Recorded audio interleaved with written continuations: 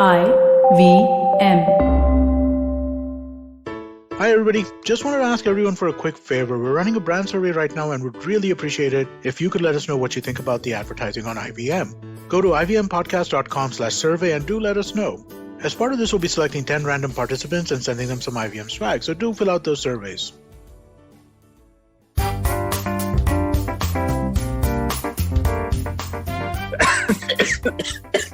Sorry. So that's Farhad saying hello, in coffees. in coughs. Oh my God. It's so weird. I instantly felt like, oh my God, people are going to think I have COVID. Yeah. Oh my God, you just did that. Sunetro, you have COVID. I actually have a little bit of a kitch like a throat. It's happened. No, it started again. Because even now that we re-enter society, I start feeling like, germs have started happening and regular colds. I've started hearing my friends are like, oh, I just got a cold. So now you know that you won't be shot in the head just for sneezing or sniffling. Oh my God, yeah. Because things are, touch wood, slightly better. So previously you know how when there's a zombie outbreak and all these zombie films, zombie apocalypse films, where if someone's gotten bitten in the arm, they hide it. Yeah, but they hide it. Then, everyone used to hide their sneezes and their colds. And it's always a tough choice to kill that one person because it's someone's daughter. But I'm saying everyone used to hide that one zombie wound. That's how everyone used to hide the fact that they had regular flu or cold, just in case everyone thought that, oh my God, you're the COVID person and may make you a pariah. But gladly things are slightly touch wood better now. But on that note, we want to welcome Sybil. Hello. And welcome to the podcast. How are you doing? Very Sybil, well, thank you. You're speaking from You're connecting with us from Miami, right? Yes. Miami, Florida? Yes, correct. I'm from Miami, Florida. Awesome. Sunny Miami because it's sunny right now. It's 11:30 a.m. Yeah. So good morning. I only think of two things. Good morning. When I think of Miami, I think of two things. One is the show Cops. You remember for some odd reason, there used to be a lot of high-speed chases in Miami, and I used to be like, okay, Miami's a hot place. And then Dexter, if you remember the serial killer. Dexter, yes. You know, there is because of that whole Cuban, they had that whole cultural thing. Also, there was so much about the way the film, the series was crafted visually, where it brought that oppressive heat and sweatiness of Miami. Are you excited for the new Dexter, Sunetro? I am, because I was so disappointed with the last season, and I used to love the show. The last season. I used to love it. I love the show. Okay. Oh, it's so good. It's so good. Okay. It's fantastic. And he's one of my favorite TV actors. Michael C. Hall. But anyway, we have Sybil. So why don't you quickly tell us, Sybil, we're obviously you're speaking about Gleeden, which is a dating app, but why don't you talk about Gleeden a little bit, and then we'll kind of go into our segments and conversations and take it from there. Sure. So, Gleeden is... So what do you do at... what do you do at Gleeden? Well, let's start with that, So I'm wearing multiple hats, a little bit of everybody today, but I'm in charge of marketing and communication at Gleeden, specifically for some markets. The first one is Italy, because...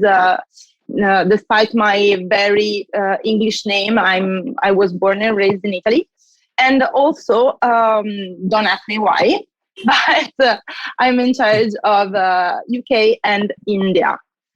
So, which is actually, and I'm not brown nosing here, but it is my favorite market because it's really, really interesting, guys. You have an amazing society, you have an amazing culture, and it's so I love working with India. People are fantastic. I can't wait to ask you, Gleeden in India, it's like, what? How? It's interesting. We'll get to that. We'll get to that. We'll get to that because actually it was probably something that it was needed. So when it came, it was very well perceived and actually welcomed. We have a very good positioning in India. You wouldn't think, but it's actually very, very good. Okay, I'm sure also whoever's listening right now, a lot of them don't know what Gleeden is. Yes, exactly. And we're just talking about it. Do you just want to do a quick one line, what's Gleeden? The app, what does Gleeden do? What is? Gleeden App is a discreet online dating website. Well, it's a nice way to say extramarital dating because we cater mainly today, people who are already in a relationship or married. Yes. Okay. Sorry, I didn't hear you. I actually downloaded the app again. I knew of the app 2-3 years ago, but today I downloaded it again. It just says Gleeden, extramarital dating. It says exactly that. So, yeah, I get what you're saying. It does. We try to be a little bit more subtle sometimes, but like, you know, we are what we are. So that's it's a requirement. We shouldn't it's a need hide in the market, so why not? It is needed, exactly. So it's an app that helps people who want to have flings outside their marriage to find other like-minded individuals for meet and have conversation and possibly a relationship without the need of lying about their marital status. So it makes things easier and more transparent for people. So exactly. And the expectation is, are clear since the beginning. So I don't pretend to be single when I'm not. So you create a false expectation into the other person. This way, everything is on the table. Everything is transparent. And you know that you are looking for that kind of relationship. So of course, what happened between the people that meet on Gleeden is not up to us to know. So we don't know if they actually meet in real life or not. But which is in the case of any dating app where what happens beyond getting people together, connecting them is not the app's responsibility. So that's great. What we'll do is we'll dive right into our first segment, which is where we talk about news. Farhad, do you have any news nuggets that you want to talk about? I'm just a little excited about a little piece of news. Not news, but the trailer for the new, I love gaming. And Uncharted, the movie is coming out. And the trailer with Tom Holland has come out. And is it a good trailer? Like, I saw the trailer. I've been at work. It's weird because, you know me, I've had like this age-old this with twinks, which I hate. But suddenly, first of all, I feel Tom Holland is a misfit for this. Wait, I'm confusing. Tom Holland is a Spider-Man boy, right? Yeah, so it's him in the lead. And he's not exactly like a rugged adventurer, Indiana Jonesy vibe, but he's the lead in this. So somehow it's catering to my twink fantasies, but with one of my favorite gaming franchises ever. So that little piece of news got me very excited this week. Awesome. Yeah. I want to talk about the thing we were talking about last week because there are developments there, which is the Dave Chappelle controversy. But so finally, Ted Sarandos issued a statement. A safe statement? No, it was actually a very interesting statement where he said, you know what, my response was a fucked up response. And I felt like it was a very measured, very well thought out. Of course, a PR team did it, but it wasn't an escapist response. Why? Because it said very clearly that we believe that creative expression is important, which is why we won't edit the show. But I take responsibility for my comments and how I almost rendered an entire community invisible, because he said a lot of things like, there's a lot of overreaction that's happening based on this conversation where I don't think that what was spoken about can be life-threatening. So he very clearly stated that, there were things that I screwed it up. I screwed up a lot of parts of that. And I'm looking to remedy it. And we care about our people. We care about people who are our users. We care about people who work for us, who work with us. So, I mean, that's a small step, but nevertheless, I mean, from going to a point where... I'd like to rescind my opinions from the previous episode. Now, in retrospect, having read enough about why it is problematic, I kind of agree that, and I feel guilty for having enjoyed it as much as I did, even though I shouldn't, because in that moment I did find it funny. But I kind of understand, because I really did make the same mistakes of understanding about how is the stand-up special directly correlated to the violence that so many in the trans community face, and so that kind of stuff. But I really do now, in retrospect, feel like I was stupid to have enjoyed it as much as I did. No, and also, so I don't know whether you've watched Enola Holmes. There's this character who's black, and she gives the most beautiful sort of sounding off to Sherlock Holmes, where she's talking about politics in society, and Sherlock Holmes is talking about why is it important to be militant? Why can't everything be moderate? And her point is, wouldn't you like that? Because you don't want change until something affects you directly, and that's the point of politics. Until we realize that we are in it, no one wants to stand up for. That's what privilege does. No one wants to say, you know what? Yes, this needs to change. That's why pronouns, for example, are still such a debated thing, because people don't get why it's such a triggering thing for everyone else. It's now if I just tell the rest of India that's so protective of their culture and give them an example of how, let's say, someone who's Caucasian mispronounces your name, we take offense. Because it's almost akin to them erasing our identity or mistaking our identity.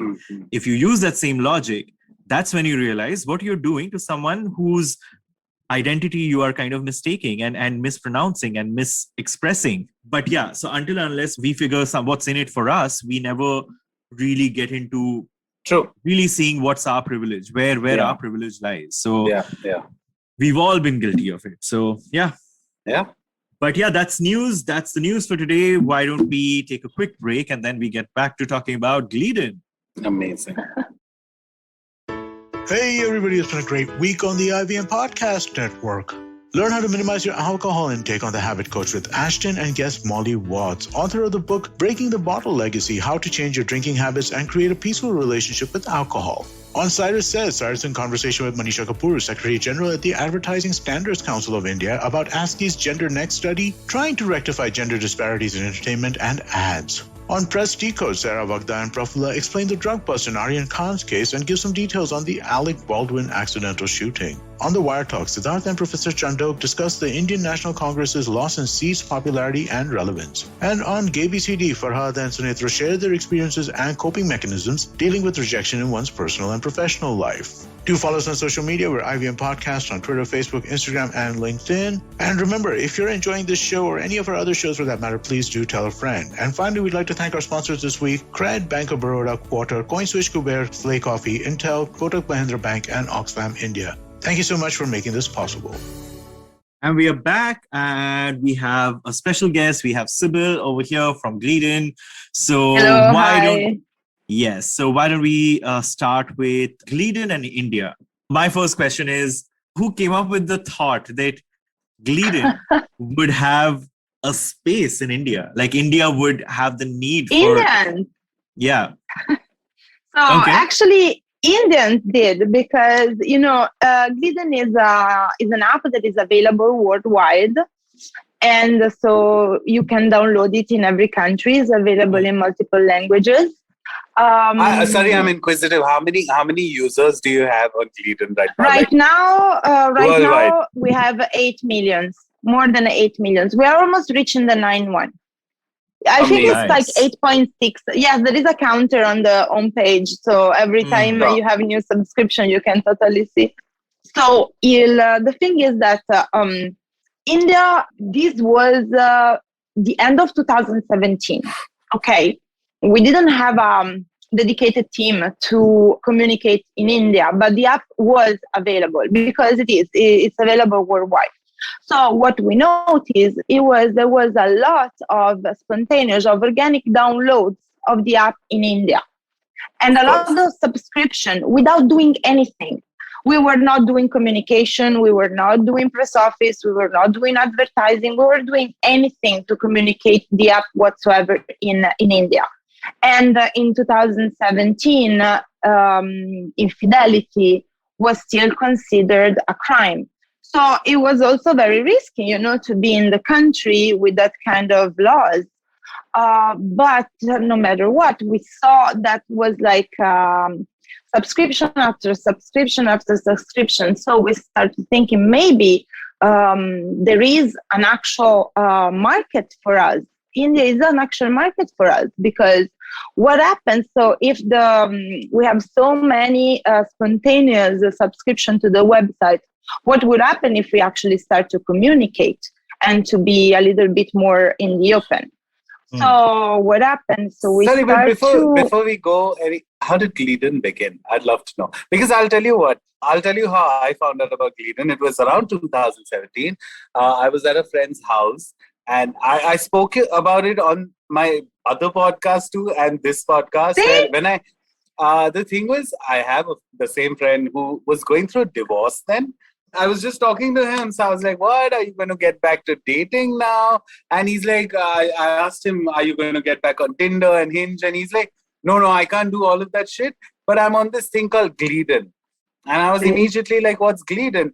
And then he told me, oh, it's this thing for married people who want to like get out of their not get out of their marriage, but like take a walk outside. Yeah, to look around. To look around. You know? So back then, my first thing was, how does this become an idea? Because see, at no point in our conversation today, I'm not coming from a place of judgment, or because it's easy, right, to immediately assume that, oh my God, infidelity is bad and cheating is bad. So this app by extension is bad. Bad, exactly. I was not coming from that place. I was more intrigued that, oh, someone thought it and made it. And I just want to know, so how did Gleeden happen? So Gleeden happened a long time ago because we are online since 2009. So it's been a while. It happened because from marketing research, we found out, actually our founders found out that the 30% of people that subscribe to traditional dating apps such as Tinder or Mythic, Bumble, whatever, actually pretend to be single to increase their chance of meeting someone, when in reality they are not. They're even married or in a relationship. So they thought, is like, but this is wrong, because of course, if you pretend to be something it's that a type you're of not, catfishing. Yeah. Exactly. There's a catfishing, and also because there is expectation. You know, when you start a relationship as a single person, there are expectations. You're single, you're looking for another single like you to start something. So of course, if you are single and you find somebody that tells you that is single but is not, everything that you're dreaming of, that you're hoping, is like crashing, crumbling. So this is not useful for neither part. So they decided, why don't we create a dating app for married people who want to look around and find other people like them to look around, like to meet, to speak, to talk, to get to know and everything, eventually to date. So that's how Gleeden was born, as a kind of social network for married people who are looking for but having again, an affair. The language is blatantly extramarital. Like, hey, this is extra. Because like I said, today evening, I was walking with a friend, and my friend was like, what's your podcast about today? And I was telling him, oh my God, this app exists, and let me show it to you. And I realized, I took it out of my phone. By the way, I had downloaded it in 2017, and I was amazed by how many men kind of started chatting with me, because I was very vocal and I said that I'm bisexual, and how many men started like, oh, I'm bi too. So in that sense, I kind of understood also that, oh, that's another reason why men must be on this app, because they got married. You know, in India, you hide your sexuality, and then that's one of the reasons, like, oh, now they are on the side looking, and they don't want to obviously be on the grinders. Like, they'll probably hide there and all, but an app no one's heard of, and you can. So I was amazed by suddenly how many men started chatting with me back then. But yeah, today when I downloaded it again, it was right there, Gleeden extramarital. I was like, okay, I like this. no filtered thing, but I also can't help but think like how much hate mail you must get. Do you get a lot of... we have to be careful because in India, for example, we cannot, like, we're changing right now our Google ads because there are a lot of forbidden words. For example, we cannot mention affairs anymore. We cannot mention extramarital anymore. So we have to be a little bit more subtle. Of course, this was like us being a little bit naive. Today, I must say. When I downloaded it wasn't subtle. No, but we that's don't not want to that's be. not After marketing. a while, we don't want to be. We don't want to be subtle because infidelity thing is out there, and we don't want to hide it. We don't want to pretend we are somebody that we are not. So it's like this is what you get. You know, it's very because we vouch for transparency in our website. So we are the first one who want to be transparent in what we are without hiding ourselves. Also, a lot of these legal sort of, boundaries are put when it comes to marketing, not necessarily your splash screens and your app itself, because technically it's not being hosted out of India. Its server is somewhere else. Exactly. Yeah. So I mean, which is exactly why Grindr could exist in India while homosexuality was still illegal. So you couldn't do anything about it. So yeah, like I think the marketing is, I'm sure that's where you'll constantly have to keep your eyes and ears open and make sure. I mean, this is like alcohol, alcohol marketing in India, where you literally can't say that you're drinking alcohol. So you can say everything else, but say alcohol. So it's kind of like that. It's the same. It's the same, for example, in Europe as well, because we have to. Sometimes we are accepted the way we are. Sometimes, for example, I've been advertising with the same company for like 5 years. And this year they're starting to say, you know what, we cannot comfortable anymore with you saying that you're an extramarital dating app. So we need to find another way of like promoting you, maybe using the word discreet or something else. So, it's like, it's ever changing. It's sometimes like even with people that you could be in the open, now you're kind of forced to kind of change your way because there was a lot of politics behind, like really, you have, as you said, you have to keep your eyes always open and be very careful. Yes. And aware of all the changes. So one of the things that, because an app is at the end of the day a business, right? And when you have a business, you have salaries and you have people that you need to take care of. And for something that innately has the possibility of falling into morality traps and with these random pockets of conservatism suddenly cropping up in various places like Hungary suddenly, I mean, which wasn't the situation in like 2 years back. Suddenly now it's become one of those places where it's become so conservative.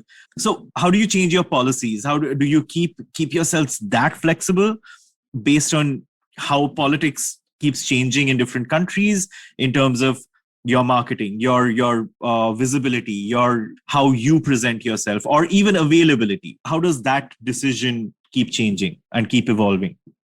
Well, of course, is like the first thing that we do is to collaborate with local agencies that help us in having like the better understanding of the society and what's going on. So, for example, when I say I'm in charge of India, but of course it's not just me because I'm not Indian. So I'm not like have the presumption to know your society because I wasn't born there. But I have a very, very good agency, Media Mantra, that works with me since 2018 that are actually very good. They're like is an Indian-based advertising agency and they help me over if something must change, because there are risks or other things. So it's like the first step is to surround yourself with local collaborators that can help you adjusting your marketing strategy for each different market. So, for example, this is the first thing. The second thing is, of course, we have a very, let's say, attento, always careful IT team that follows up and complies with everything, with the ever-changing words of privacy setting. Like, for example, exactly, the GDPR or all the privacy restrictions. So it's like working with an IT team that is always I'm so inquisitive. like spot on. I'm so inquisitive.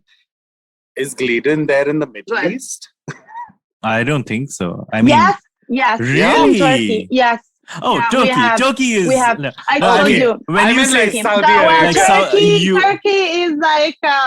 It's like not really in Middle East. borderline. Is a border exactly. But like not the situation. UAE and all of that, because I mean no Well, dating apps. it is available.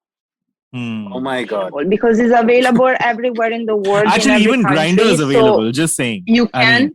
Sure, it's available, but yes, we don't have that much of a traffic right now. Okay. But we do have in Turkey. In fact, in Turkey, we have a dedicated team that takes care of that market, because it is the same thing that happened to India. We saw a spontaneous surge of subscription, and then by the time we created a dedicated team. So we have in Turkey, but it's very borderline. They're very open-minded. They're like they have one foot in Europe, so it's like. But again, Turkey is big. You don't think only about Istanbul, the old Turkey. True. It's very conservative. I have a question. So again, the nature of your app is so controversial, and let's say even like morally, it's automatically assumed to be like the wrong thing to do. So what's the ethos like? What's the ethos like at Gleeden? How do you?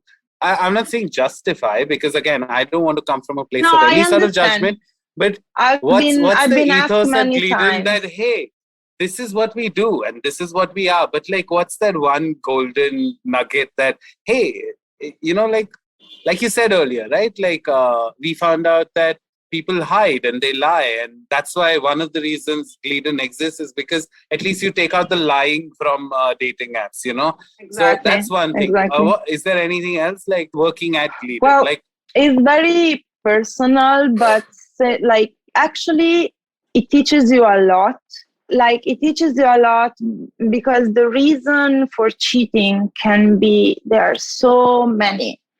And is not necessarily a bad thing. It's like, of course, if you always try to do the right thing and not to lie, not to deceive and everything. But sometimes cheating can happen, everything in life can happen.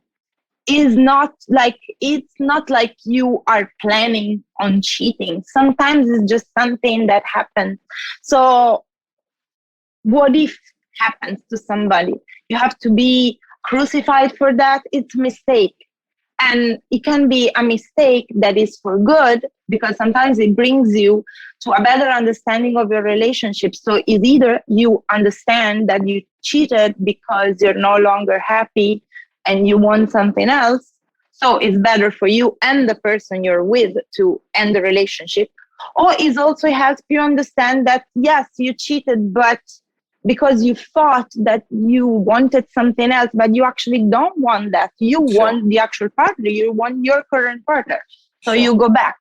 So, and which is why I get what you're saying. Because honestly, one of the questions today evening I thought I would ask you is like, how do you because cheating can happen anywhere. It happens on Instagram. It happens at a fucking sauna. Exactly. It happens mentally. Everywhere. What is cheating? Honestly, I don't know if you heard of Dr. Esther Perel.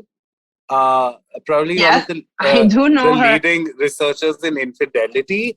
And I remember seeing her TED Talk 5 years ago, and it entirely changed the way I looked at cheating and infidelity overall back then. And so much so that now she has a podcast and she hosts one of my favorite relationships and infidelity podcasts. She talks a lot about infidelity and science-backed reasoning behind why people cheat, and you start realizing that hey, people don't cheat because they're unhappy. Happy people cheat all the time. In fact, even today I was thinking there are so many reasons. Absolutely. And I'll never forget this one sentence she said once, which is, before you broke up or you cheated because you're unhappy in your relationship or marriage, but now people cheat because you could be happier in life.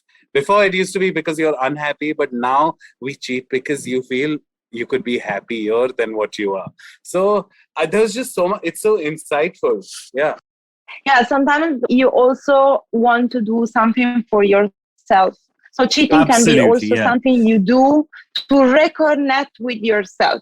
Sure. So it's not something that cheating is most of the time is not necessarily somebody else's fault. Okay, it's not something that you do because of your partner, but most of the time it's something that you do because of yourself.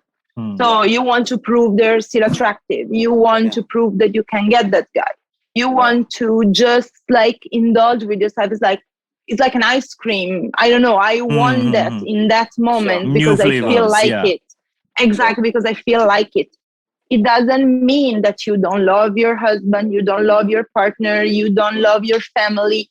It doesn't mean anything. Sometimes it's just something that is like, we have a saying in Italy that is like the occasion makes the man a thief. So it's like if you have been given something and you have the chance to take it, most of us would take it and that's it and try. Yeah. So it's not something that you do against somebody. It's something that you do for yourself. Sure. And really, of course, there are consequences. As someone, I remember the first time, as in I've cheated a couple of times, but the first time I did cheat when I was in love, when I actually was in love, I remember I did still go ahead and cheat. And yeah, sure, I was racked with guilt the moment I did it. And that was like, why am I feeling guilt for the first time? Because in the past, I had never felt guilt. But this is the first time I was actually in love with the person and I went and cheated. But I do remember thinking this, that, yeah, I did not cheat because I was unhappy in any way. I actually cheated just because it was in the moment. It's something I can do. I don't know what I was trying to prove to myself. But like you said, I just felt like I wasn't okay with being maybe thinking that, oh, right now I'm in at least a foreseeable long-term situation because I love this person so much that I think that kind of scared me and made me cheat, But again, I know even a fraction, I wasn't like, oh my God, I'm so unhappy. I want to start seeing other people. It was none of that. And back then I realized even I felt like, okay, I need to ease up on the way I see other people who cheat because I've been in I have a very, and this is like a very lofty conversation, but like from my end, but I have a very different perspective in this. First and foremost, I feel like, and a lot of people will possibly like go, when I say this, but the idea of complete fidelity for me is a faulty notion. The idea that you expect it's like the idea of entrapping this one person and only saying you and I are exclusive to each other. It's like all your needs. It's like a contract. It's like an oppressive contract. Instead, marriages are contracts most of the times if you think about it. Yeah, oppressive contracts. So like I've always felt that about these kind of relationships, and I've felt, which is why my take on this has always been, and this is a very, very personal take. I've always been one where with my partners, we've always been open about being open. Of course, there's a lot of, it's never comfortable. There's always differences in understanding of what's open and what's not. There's so much talking involved in that. Oh. Yeah, it is. and there's so much negotiation of some sort, like where you have to come to that understanding. There's a lot of listening involved. Yeah. And then it keeps changing every day because you are evolving every day. What I am okay with seeing my partner doing with someone today might not be the same tomorrow, because suddenly I feel, again, just the way cheating just happens, jealousy also just happens, and these things keep evolving. But at the end of the day, I feel like the idea that you are meant and you are good only if you're stable with one person, I think is such a faulty notion. And I feel not just that, but even today I was going through my Instagram monogamy is hard, it's like monogamy has been, especially something that probably we are nowadays, I don't think that monogamy is going to last. I don't think it does last. We all come from society and yes, but religions, like in every part of the world, every single religion exactly taught us that we have to have just one partner, not one partner. We have to have one marriage. We have to be married with just one person, and that person is going to be our partner forever and ever. Forever. Yeah. And of course, you can have multiple lovers and stuff, but Yeah, and it's not even about whether we are monogamous or not. As long as we maintain the idea, the illusion to the world that monogamy exists, and that's what happens. Because I personally don't even think that I don't think that it's on its way out. I think the meaning of it has changed. Because earlier, again, I feel monogamy meant one person for the rest of your life. And now it means one person at a time. So, that's a true. very That's urban, true. to be very honest, in India's context, that's still a very urban concept. No, I get it.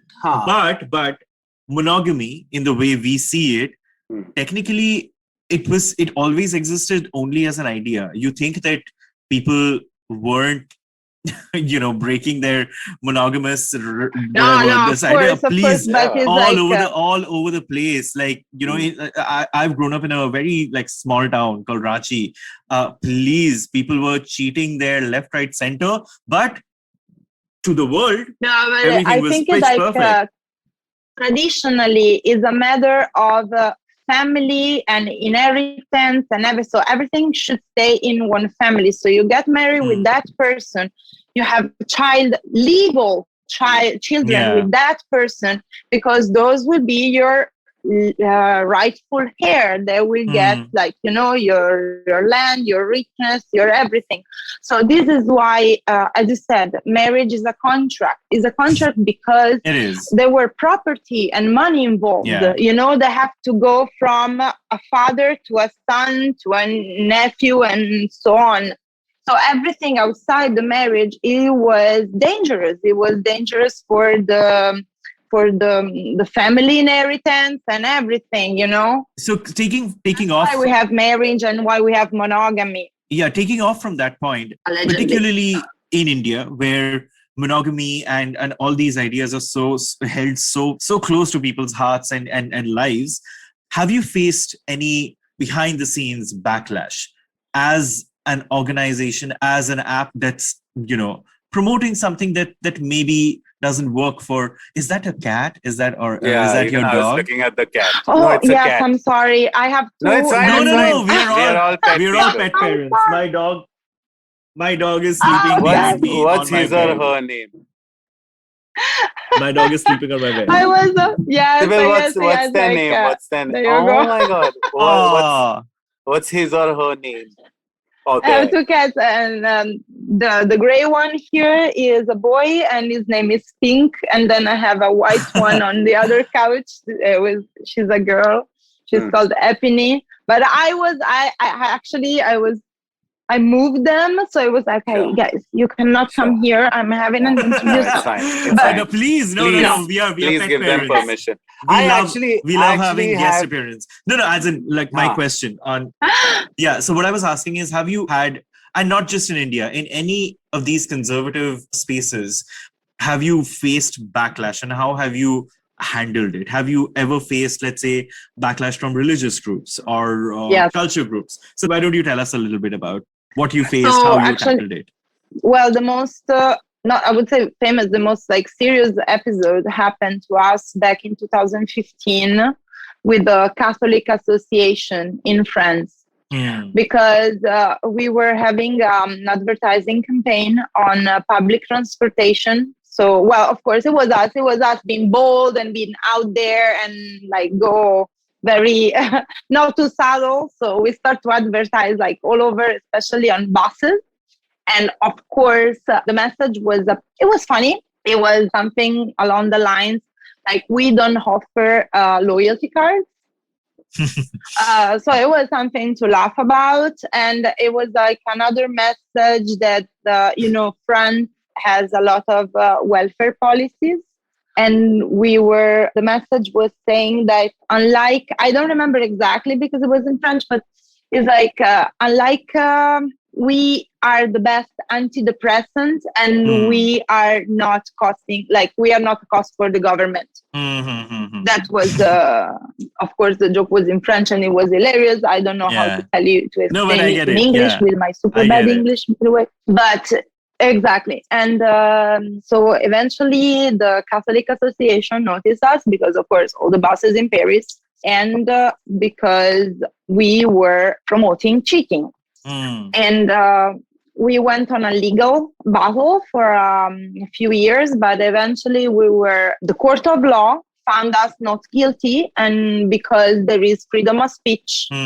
And we are like, the message was not promoting infidelity, it was just like jokes. So we were not like, it was not like a clear call to action. It's like, go cheat. We were like making jokes about cheating. And so there was, and France is, how to say, non-religious state. Like, you say it in English? Secular. Yeah. The secular, that's the word.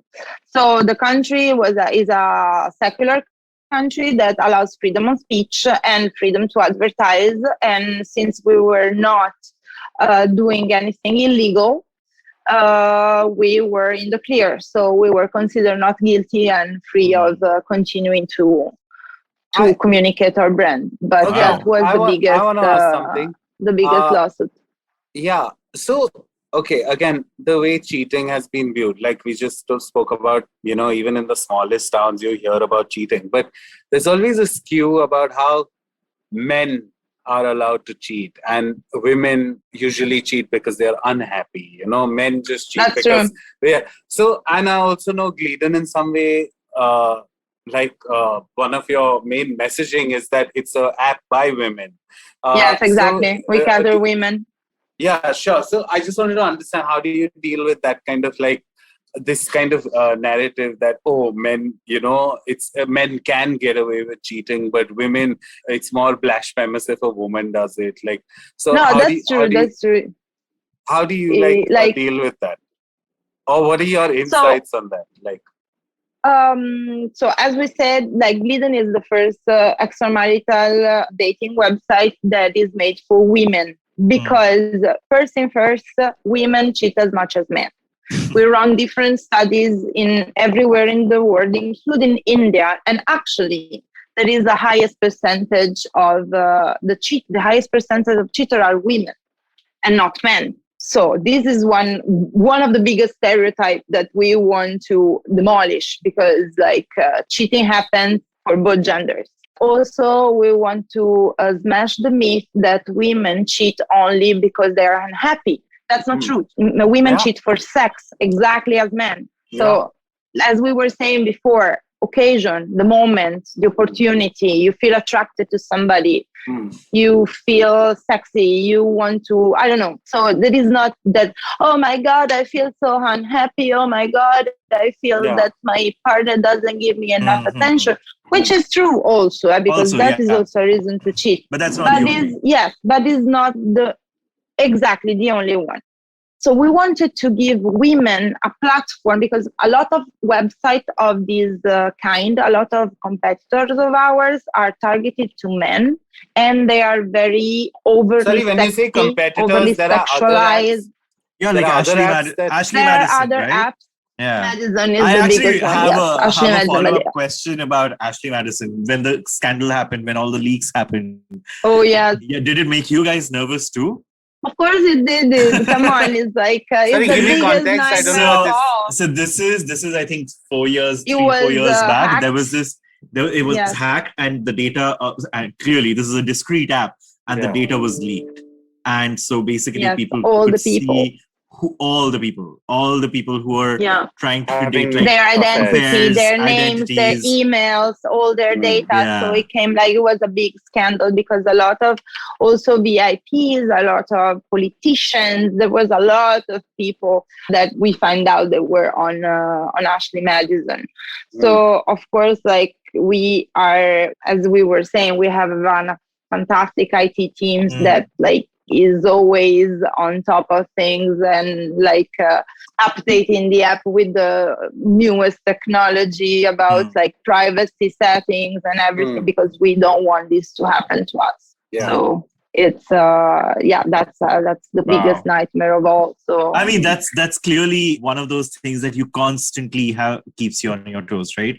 This idea of, one thing is, of course, privacy, everyone, but here, WhatsApp is privacy. Everywhere you would want privacy, but here there is this app cannot function without the idea of privacy. Exactly, without privacy, exactly. And well, if like, for example, we have a lot of things that allow you to safeguard your privacy. For example, pictures are not mandatory. And we discourage the use of everything, of every possible which is why I think I got off information. Gleeden, because I'm so used to the Grindr and Tinder where, hey, I need to see your face first before I meet you. And because on Gleeden, I also kind of understood why someone wouldn't put their picture up. But I was like, yeah, okay, it's not going to work for me because most of these guys I can't see. And if I want to meet them, and if I want to like, well, we have with a slow married dating. man, I don't know. Yeah. Like, it's not for slow dating. You have to know that person. You know, you're like, you have to talk to him or to her and like develop a conversation. It's just like a fast food. That, okay, what I want to order today. You know, it's more kind of slow. Also because our target is like older than regular dating apps because there are people that are already married or in a relationship. So that brings me to my next question. So sure, we did the men but what's now? Do you think how many LGBTQ people exist, and how do they use? What's the percentage? Yeah, so we have like worldwide, we have 12% of our community declare, because of course we cannot know for sure, but that's what they say on their profile. They state that they are homosexual or bisexual. Bisexual, I'm sure, is a huge chunk on this app. Yeah, bisexual can be tricky actually, because sometimes people use Gleeden also for threesome. You know, they're a married couple looking for a third element. So that's why they, exactly. So the bisexual is like kind of tricky. Homosexual is like more, I would say, honest. But because you can imagine how many married people are still in the closet and use infidelity to express themselves sexually. So do you have any data for India when it comes to what's the percentage like in India? The percentage is a little bit lower. So we have the 6% of our community that says that. And how many users would you say India has?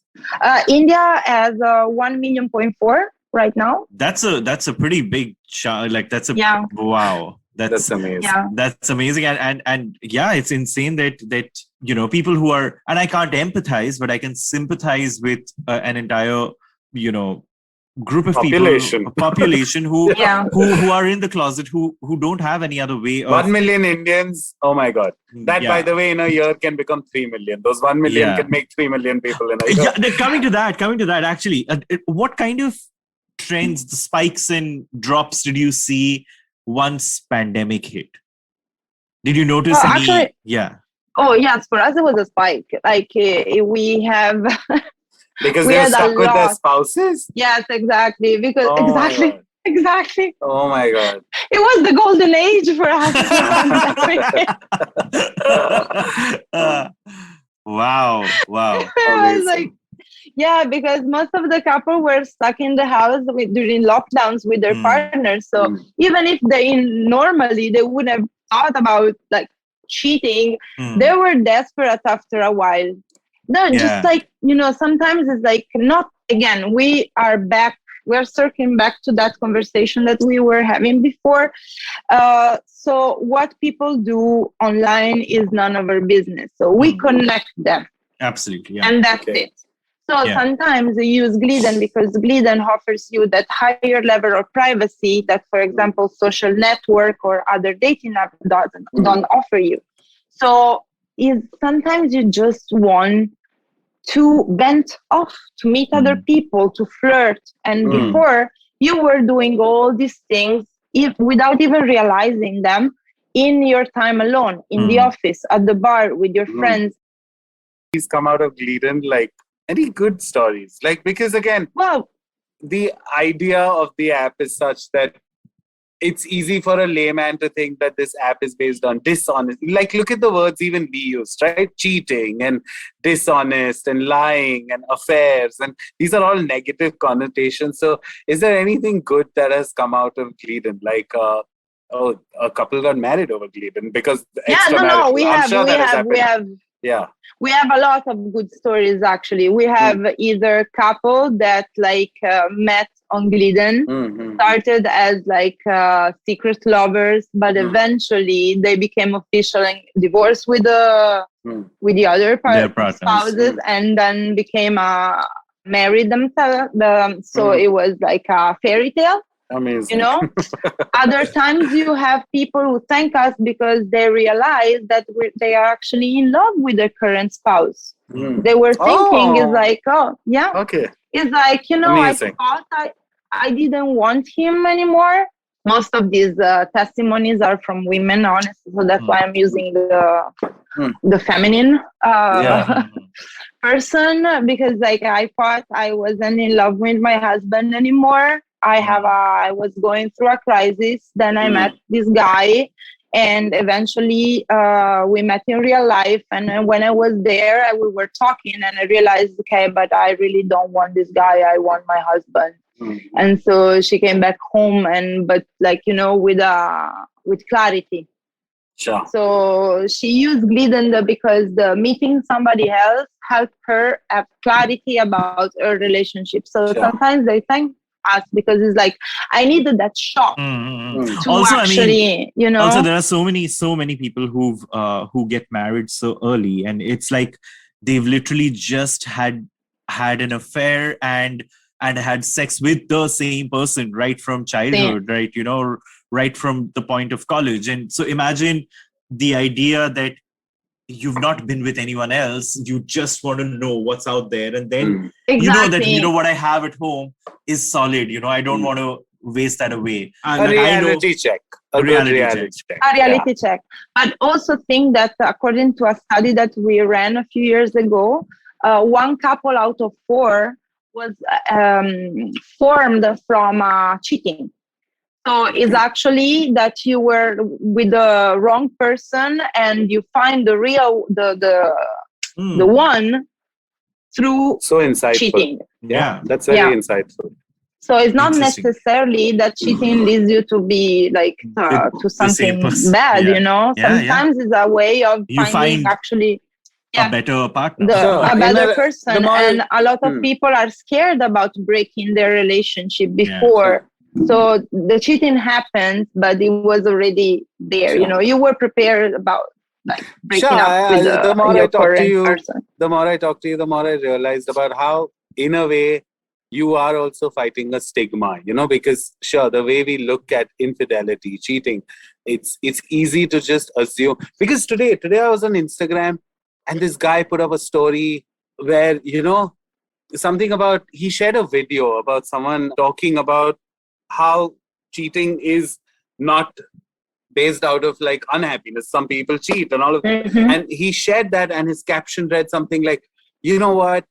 Cheating is cheating. If you cheat, you're a terrible person. If you have the guts, just leave the person. Why do you stick around? But sometimes you don't know that you want to leave the person. Now, see, his point of view was that. His point of view was very, just leave the person, but don't cheat on them, why would you do this? But obviously, I know the nuance of cheating was missed on him, if there is a nuance. So in a way, the more I speak to you, I understand that, or even via your language and the app's language, it's obviously very hey, this is something we need to talk about more, and that good things do come out of cheating. Because even though it's the out word there, cheating itself. Let's call it alternative dating. Yeah, let's not call it. Even let's not call it cheating. Even I'm such a creative word. Exactly. So the fact that your app is even creating that kind of language, because sometimes even right now I'm struggling to not call it cheating because it's so negative. But when you say alternative dating or something or the other, it's great. I should get royalties for that if you use it. That's amazing. We're actually discussing right now with the marketing team about having a different baseline. So, Yeah. Stay tuned. So speaking of royalties, you guys have a credit system, right? We have what? Oh, yeah. A credit. Yes, so tell us more about that. Tell us more about it. So why exclusively for men? Why? What does it yield? Also, sorry, I'm going to add to that question because again, when I showed my friend the app today, He asked, is it called Gleeden because Eden, like Garden of Eden? Does it have something to do with that? Or is it because... Glee, happiness, and happiness. Eden, the Garden of Eden, yes. Okay, so his assessment was right. He actually saw the app for the first time on my phone. And the first thing he said, it must be because Glee is happiness and Eden because it's women-centric. Yes. So amazing. Okay. Well, even the apple was a giveaway, I think. Well, the apple is like the sin, the original sin, by the apple. Of course. So that's why. So yes, about the credit system. So Gleeden is since we were born is born for women to feel comfortable about like having an environment where to meet other people. Yes, yeah. You can say that since also it's very old-fashioned, it's like a club system where like the women enter for free and the men pays. But doing that for us, it means that we ensure high quality community. Because of course, if like guys are required to pay for the service, it means that only people that are really willing to go on with that will stay on the website. And this way we ensure a safest environment for our women. Because if a man has to pay for messages, they won't bother harassing female subscribers with 1,000 messages or, Knowing men, that's not no, that's no guarantee, but at least... I'm thinking of while you're saying that, I'm thinking of Harvey Weinstein for some reason. I'm like, but that's an added sort of, I know where you're coming from. I think it's it's fair. And a lot of apps like Bumble have kind of, built that into their systems. But kudos to that. I mean, I think it's so important in a world which is just not built to make women feel safer. Exactly. We want them to feel safer. Yeah.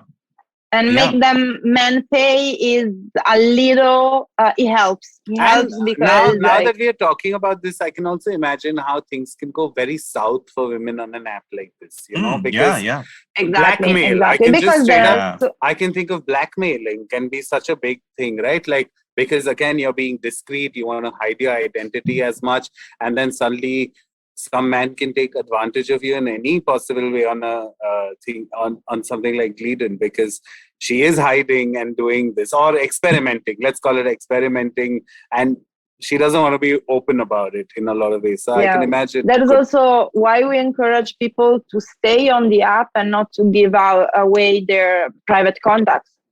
So of course, like men that have to pay, they want to leave the app as soon as possible and transfer the conversation via email or WhatsApp or other social media, but don't do it, because like if you stay on Gleeden, we can guarantee your privacy, we can protect your privacy, we can do everything in our power to prevent those kind of situation. But if you leave Gleeden and you transfer the convo somewhere else, that we cannot longer protect you, we can no longer protect your privacy.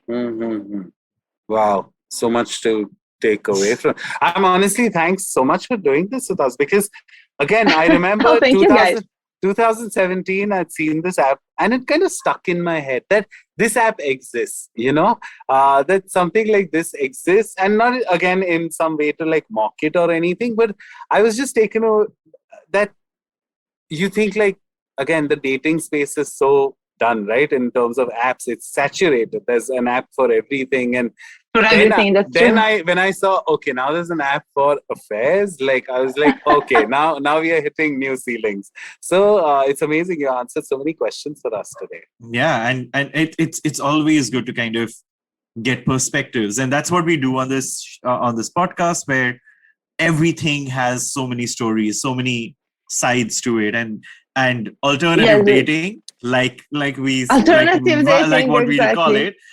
Stop trying to make fetch happen, Sunetro. It has already happened here. So anyway, I like it very much. I like it. Any parting words, Sybil, about Gleeden, about general, like anything?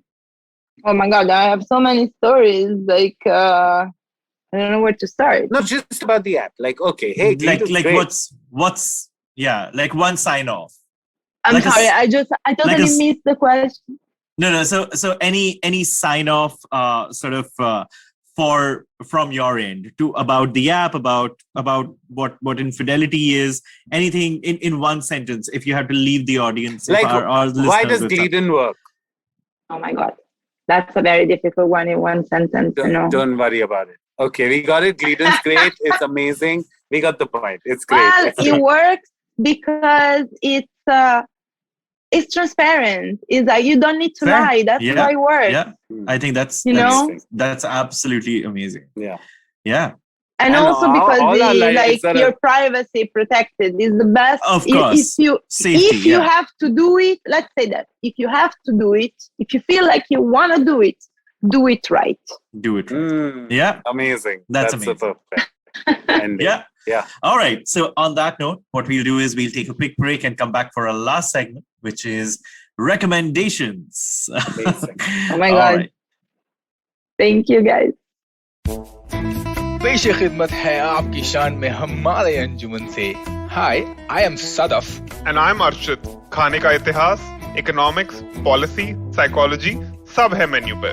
Only on the Naan Curry podcast every Wednesday. सिर्फ IVM podcast app या website पर या फिर जहां से भी आप अपने podcast सुनते हो. And we're back. And Farhad, what's your recommendation for the week? Okay, so since we spoke about... Oh, okay, go Sybil. No, oh my God, I have so many recommendations. Probably one of the one that I just finished watching right now, and I like because it's very open-minded.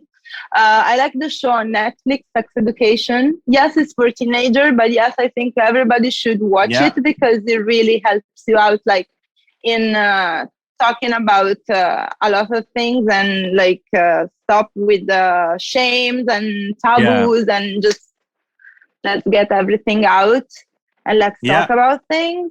And also I recommend following, as you were saying before, Esther Perel, because I think she has very mind-blowing insight, not just because of what I am working with, but also because I need that society should stop judging and start being more sympathetic and more empathic towards situations. So I think that really people need to exercise the change of perspective, put yourself in somebody else's shoes. Yeah. In fact, just whoever's listening, I was going to also recommend, because the first time I heard Esther Perel, she has a video on YouTube called Esther Perel. It's a TED Talk. It's called Infidelity. Just hear it, whoever is listening, because I know it changed. I've seen that video 1,000 times afterwards. And every time it's so fresh and the perspective on cheating and infidelity is amazing. I'm going to go ahead with my recommendations. There are two. One's a TV show and one's a movie, and both related to affairs. The first is The Affair, the TV show called The Affair. If you I was thinking about that one. It was a great perspective from both sides. How does an affair rip through a relationship? I thought that was very interesting in terms of perspective. And there was a beautiful movie I saw a couple of years ago, which really stuck with me. It's called The Lovers, and it's about a married couple. I didn't see that. It's about it also has the guy from Game of Thrones, Peter. What's his name?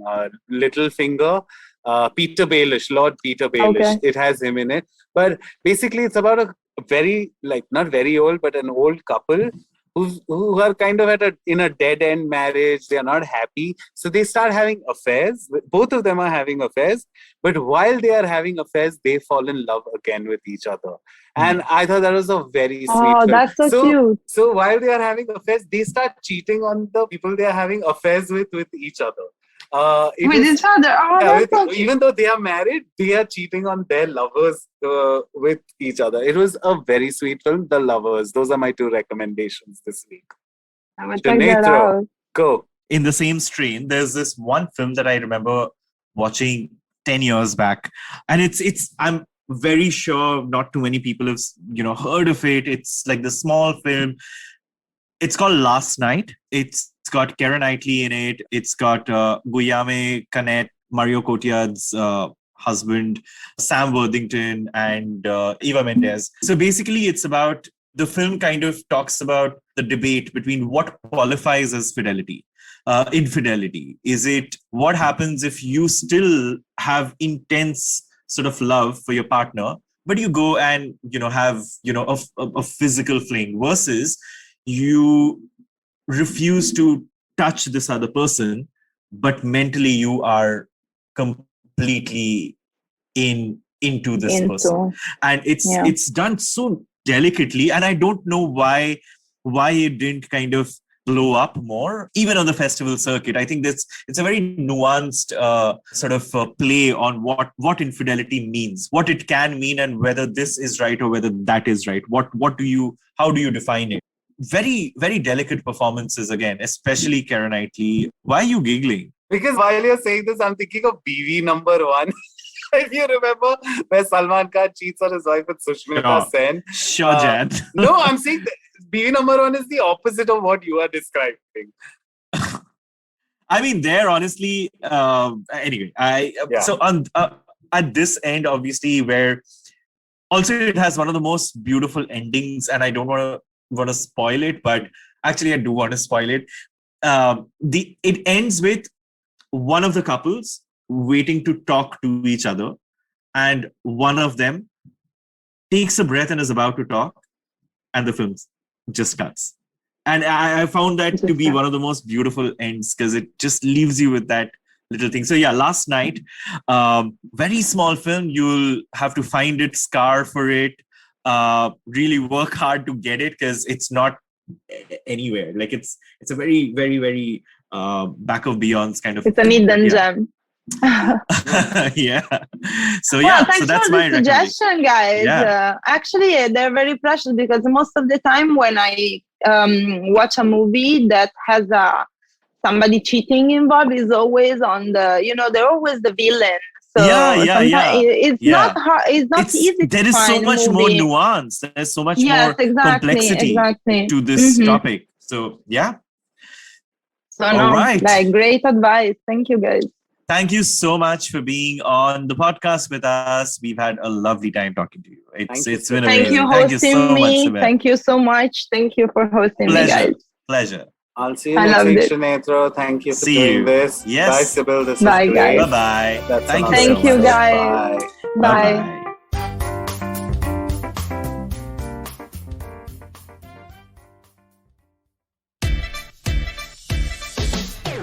From uncensored and unfiltered chats with the who's who of the entertainment industry, I, Siddharth Kannan, bring your very hardcore chat show called Candid Kannan. Tune in every Friday on the IVM Podcast app or wherever you get your podcasts. Habits? Routines? How exactly do they help us get better? Well, to simplify it for you, tune in to the Habit Coach podcast. I am Ashton Doctor, and I'm going to be here to help you get better daily with some simple, easy-to-do habits that you can easily adapt to your life. So tune in to the Habit Coach podcast from Monday to Friday, because I believe that awesome lives start with awesome habits.